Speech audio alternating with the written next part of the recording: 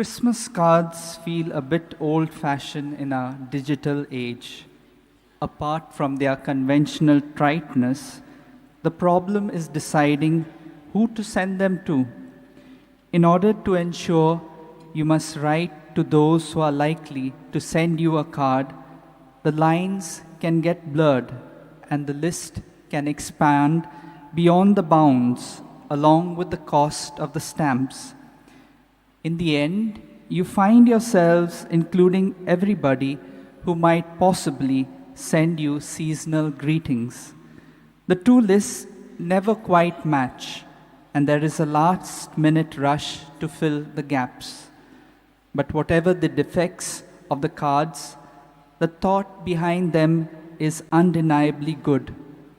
Also, they are a yearly exercise in handwriting, where otherwise we tend to use just a keyboard.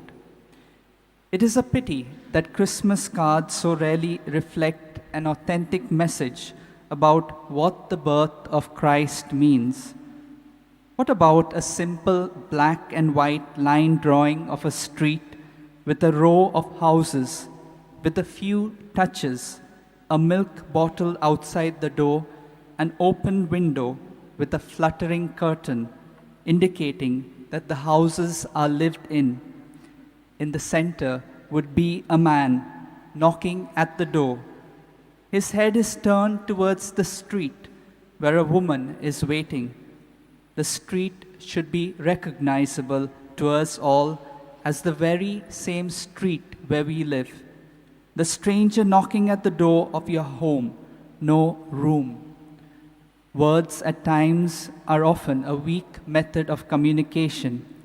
However, we have to use words, and today's gospel is an attempt in simple language to describe what happened on that extraordinary day so long ago. It speaks of Jesus being born and of the second meeting of heaven and earth on that same night when the angels appeared to the shepherds. This was the beginning of a process that is still ongoing as I speak. It is an old story that is ever new. Jesus is the same yesterday, today, and always. With God, there is no such thing as time. All of time is totally present to Him right now. God's work among us is always in process. It never comes to an end. In God's eyes, Christmas is an everyday event that involves Jesus knocking at the door of my heart, seeking admission. The God dimension never changes. The offer is always there. The good news is delivered with great consistency than the morning newspaper. What happens after that is totally dependent on whether I accept the offer, open the door, and make my heart available as a manger. One important point, when the shepherds heard the message, they said, "Let us go to Bethlehem and see for ourselves." The life of the Christian is a journey of discovery. It involves coming to find out for myself the truth and the reality of what I had been told by my parents, teachers, or preachers in church. I have to cross that bridge. The gospel is in between two phrases.